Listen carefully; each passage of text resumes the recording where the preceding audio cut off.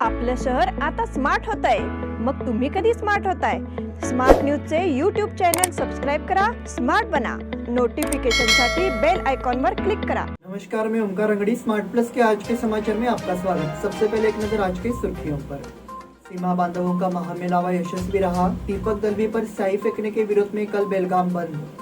विधानसभा अधिवेशन का प्रारंभ, पहले दिन से ही मोर्चा का प्रारंभ।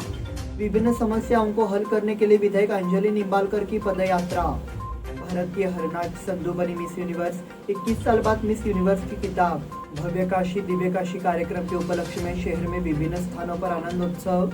शिवसेना कोल्हापुर जिलाध्यक्ष विजय देवने को कर्नाटक सीमा पर रोका। रंगोली के सप्तरंगों में खुशियों के दीप चमकाए, आराधना के साथ अपनी दिवाली मनाए। कपड़ों की दुनिया में एक भरोसेमंद और गुणवत्तापूर्ण नाम आराधना। गृहलक्ष्मी की सुंदरता की पहचान है साड़ी। घर की औरत का रुबाब और संस्कृति की देन है साड़ी। इस दिवाली के सुनहरे मौके पे आराधना लेके आए हैं महिलाओं के लिए मनपसंद साड़ीज और रेडीमेड सहित बच्चों के लिए आकर्षक और मनपसंद ड्रेसेस। पुरुषों के लिए जेंट्स वेयर में shirt, T shirts, jeans, formal और भी कई प्रकार के ड्रेसेस। जल्द ही अपनी मनपसंद ड्रेस खरीदे सिर्फ आराधना में। बेलगाम के वस्त्र जगत में बहुत ही बढ़िया है आराधना। नए कपड़े पहन के दीजिए दिवाली की शुभकामना। आराधना, मारुति गली, बेलगाम। अब समाचार विस्तार से। कर्नाटक सरकार ने सीमावर्ती इलाकों में मराठी भाइयों के साथ अन्याय करने की चालाक साजिश को अंजाम दिया है। कर्नाटक पुलिस के साथ कन्नड़ संगठनों के गुंडों ने भी रैली को बाधित करने का प्रयास किया। हालांकि इन सब सीमा क्षेत्र के मराठी भाइयों ने अपने अधिवेशन को सफल बनाया और कर्नाटक सरकार को मराठी भाइयों की भावनाओं को दिखाया। मध्यवर्ती महाराष्ट्र एकीकरण समिति के अनुरोध पर वैक्सीन डिपो मैदान में अधिवेशन का आयोजन किया गया। अधिवेशन के आयोजन के लिए एक मंच भी स्थापित किया गया था। हालांकि सोमवार की सुबह पुलिस ने दबाव में प्लेटफॉर्म को हिलाने का प्रयास किया। मध्य महाराष्ट्र एकीकरण समिति, युवा समिति और अन्य कार्यकर्ताओं ने उनका कड़ा विरोध किया। उन्होंने ये भी चेतावनी दी कि मंच को स्थानांतरित नहीं किया जाएगा।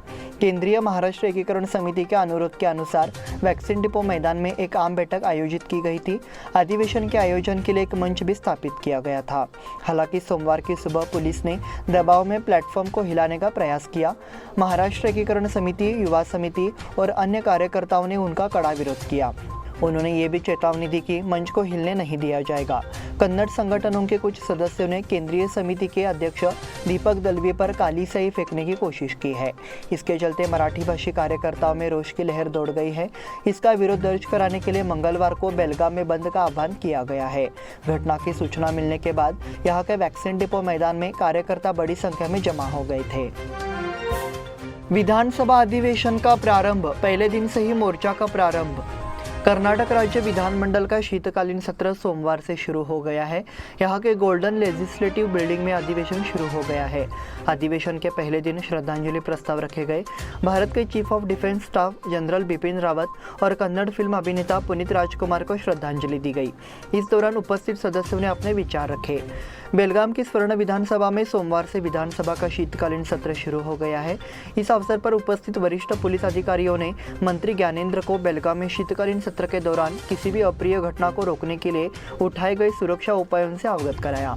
इस अवसर पर सरकार के अतिरिक्त मुख्य सचिव रजनीश गोयल, एडीजीपी कानून व्यवस्था प्रताप रेड्डी, सतीश कुमार, आईजी बेलगाम सर्कल और बेलगाम के पुलिस आयुक्त त्यागराज उपस्थित थे। इस बीच सम्मेलन के पहले दिन से ही विभिन्न संगठनों की रैलियां शुरू हो गई है। विभिन्न समस्याओं को हल करने के लिए विधायक अंजलि निंबालकर की पदयात्रा। खानापुर तालुका की विधायक अंजलि निंबालकर सोमवार को स्वर्ण विधानसभा पहुंची और मांग की कि राज्य सरकार को खानापुर तालुका के विकास के लिए विशेष अनुदान की घोषणा करनी चाहिए, जो कई वर्षों से पिछड़ा हुआ है। साथ ही साथ यहाँ के किसानों की समस्याओं के समाधान के लिए भी कदम उठाने चाहिए, ऐसी मांग उन्होंने की। उन्होंने खानापुर तालुका के संबंध में अपनी शिकायतों को व्यक्त करके सरकार को जगाने की भी कोशिश की। इस भव्य आंदोलन में खानापुर तालुका के सभी कोनों के निवासियों ने भाग लिया था। इस संबंध में मीडिया प्रतिनिधियों से बात की। डॉक्टर अंजलि निंबालकर ने राज्य सरकार पर खानापुर तालुका के प्रति अक्षम्य लापरवाही का आरोप लगाया। भारी बारिश से प्रभावित इस तालुका में किसानों को मुआवजा देने में सरकार अन्याय कर रही है। उन्होंने ये भी आरोप लगाया कि किसानों को कोई सुविधा नहीं दी जा रही है। उन्होंने मांग की कि सरकार को किसानों के पुनर्वास और खानापुर तालुका के विकास के लिए तुरंत विशेष अनुदान की घोषणा करनी चाहिए। भारत की हरनाज संधू बनी मिस यूनिवर्स, 21 साल बाद मिस यूनिवर्स की किताब। भारतीय लड़की हरनाज संधू ने इस साल का मिस यूनिवर्स का खिताब जीता है, एक उपलब्धि जिसे भारत ने 21 साल बाद जीता है। पंजाब के रहने वाली 21 वर्षीय हरनाज को इससे पहले लारा दत्ता ने यह सम्मान दिया था। मेक्सिको की पूर्व मिस यूनिवर्स एंड्रिया मेजा ने इजराइल के एलियट में एक रिसोर्ट में आयोजित एक प्रतियोगिता में हरनाज संधू को सिर पर ताज पहनाया। भारत की हरनाज ने 17वीं मिस यूनिवर्स की खिताब जीतकर दुनिया में देश का मान बढ़ाया है। भारत 2 बार मिस यूनिवर्स प्रतियोगिता जीत चुका है। सुष्मिता सेन ने पहली बार 1994 में भारत को यह सम्मान दिया था। इसके बाद लारा दत्ता ने 2000 में जीता था। तब से 21 साल बाद हरनाज संधू को मिस यूनिवर्स का ताज पहनाया गया है। भव्य काशी दिव्य काशी कार्यक्रम के उपलक्ष्य में शहर में विभिन्न स्थानों पर आनंदोत्सव। लाखों हिंदुओं के पूजा स्थल काशी में तीर्थ स्थलों में एक नए कॉरिडोर का उद्घाटन प्रधानमंत्री नरेंद्र मोदी ने किया।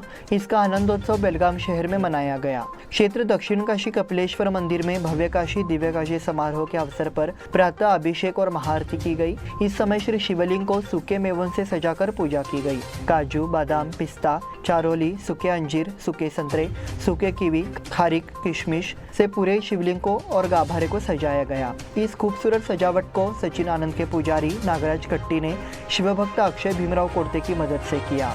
शहर के विभिन्न हिस्सों में मंदिरों में धार्मिक समारोह भी आयोजित किए गए। शिवसेना कोल्हापुर जिलाध्यक्ष विजय देवने को कर्नाटक सीमा पर रोका। शिवसेना कोल्हापुर जिला अध्यक्ष विजय देव ने सोमवार को बेलगाम में महाराष्ट्र एकीकरण समिति की ओर से आयोजित महामेलावा में भाग लेने के लिए कोल्हापुर से रवाना हुए थे, पर उन्हें बेलगाम में समिति के महामेलावा में शामिल होने से रोक दिया गया।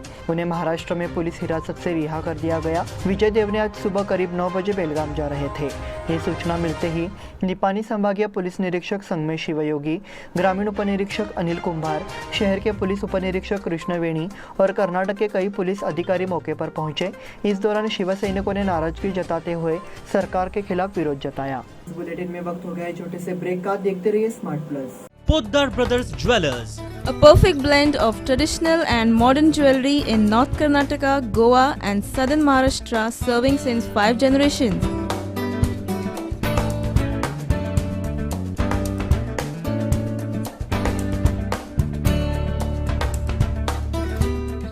Exclusive gold, silver and platinum jewelry showroom.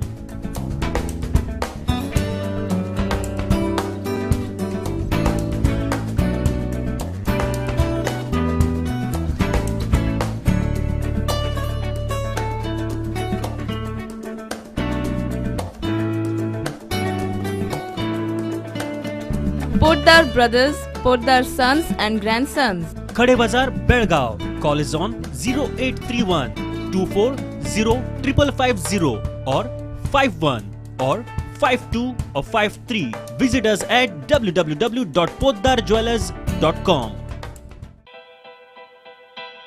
बेलगाम वासियों के पसंद में उतरा उड़ान बार एंड रेस्टोरेंट।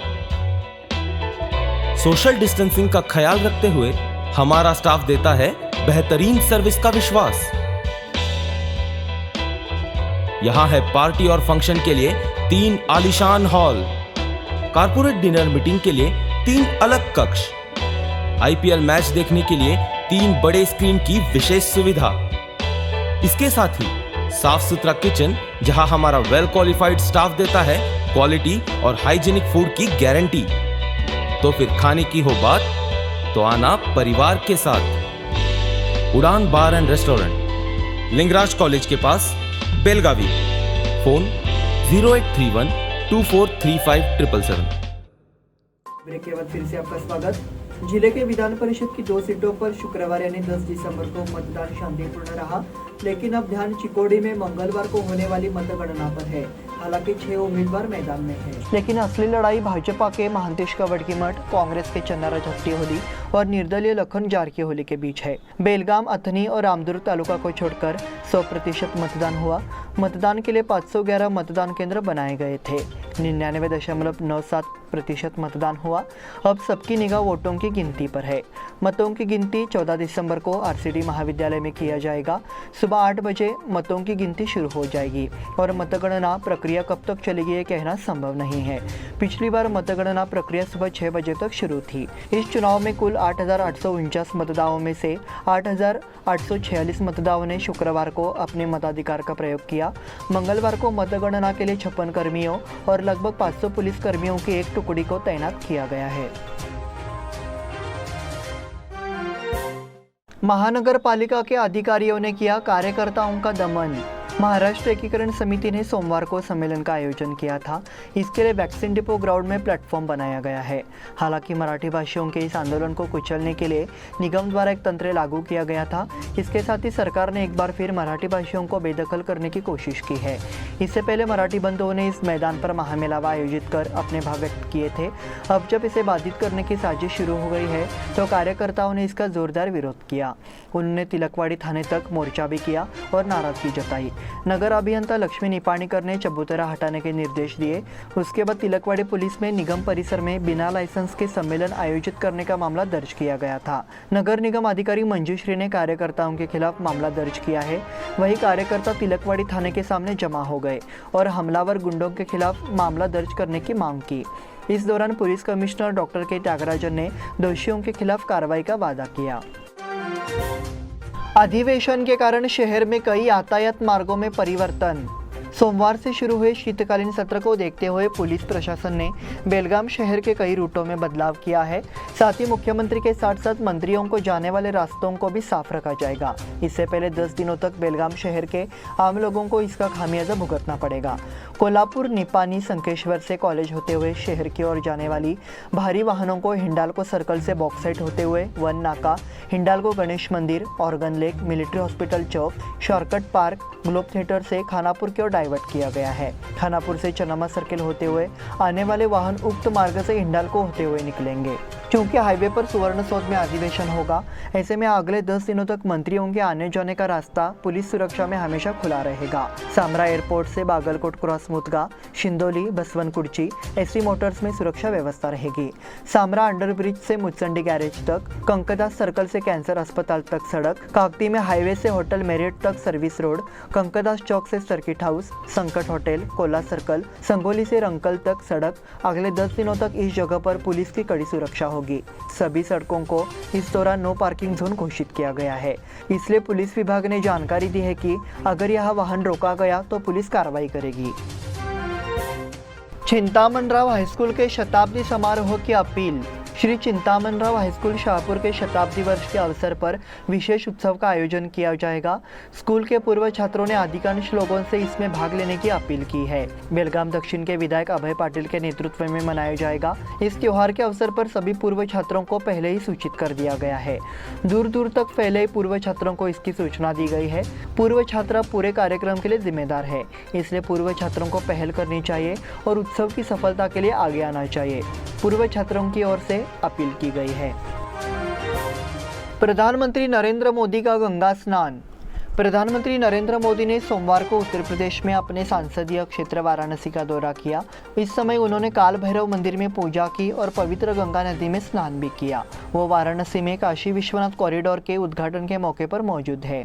मोदी ने इस पवित्र शहर में कुछ स्थानीय लोगों से मुलाकात की और उनके स्वागत का लाभ उठाया। क्षेत्रवासियों ने प्रधानमंत्री मोदी पर पुष्प वर्षा की। इस समय पूरा इलाका मोदी मोदी और हर हर महादेव की घोषणाओं से गुलजार था। उसके बाद प्रधानमंत्री ने नाव से खिरकिया घाट से ललिता घाट तक यात्रा की और काशी विश्वनाथ मंदिर के लिए रवाना हुए। मैं अभिभूत हूँ, जल्दी हम काशी विश्वनाथ धाम परियोजना का उद्घाटन समारोह शुरू करेंगे, लेकिन इससे पहले मैं कल भैरव जी के दर्शन कर चुका हूँ। मोदी ने इस आशय का ट्वीट भी किया है। प्रधानमंत्री मोदी ने आज काशी विश्वनाथ कॉरिडोर के पहले चरण का उद्घाटन किया। इस परियोजना की लागत करीब 339 करोड़ रुपए है। इस परियोजना काशी विश्वनाथ मंदिर और गंगा और वाराणसी के बीच तटीय क्षेत्र को जोड़ती है। बुधवार को विधान सौध पर रैयत संगठन का मोर्चा। कोरोना, भारी बारिश और बाढ़ ने किसानों को मुश्किल में डाल दिया है। सब्जियों समेत सोयाबीन की फसल को नुकसान पहुंचा है। रैयत संगठन के चिकोड़ी जिलाध्यक्ष राजू पवार ने बेलगाम में होने वाले शीतकालीन सत्र के दौरान विधानसभा भवन को घेरने की चेतावनी दी ताकि किसानों को तत्काल मुआवजा मिल सके। वो यहां शासकीय विश्राम गृह में आयोजित संगठन की बैठक को संबोधित कर रहे थे। पवार ने कहा कि लॉकडाउन के दौरान हाउस टैक्स, पानी का बिल और बिजली बिल माफ किया जाए। बिजली बोर्ड का निजीकरण बंद होना चाहिए। भारी बारिश और तालाबंदी के दौरान नुकसान क्षतिग्रस्त सब्जियों को 25,000 रुपये प्रति एकड़ का मुआवजा मिलना चाहिए। 1.5 साल की अवधि के लिए किसानों सहित सामान्य परिवारों द्वारा लिए गए कर्ज को माफ किया जाए। निजी बैंकों की वसूली बंद होनी चाहिए।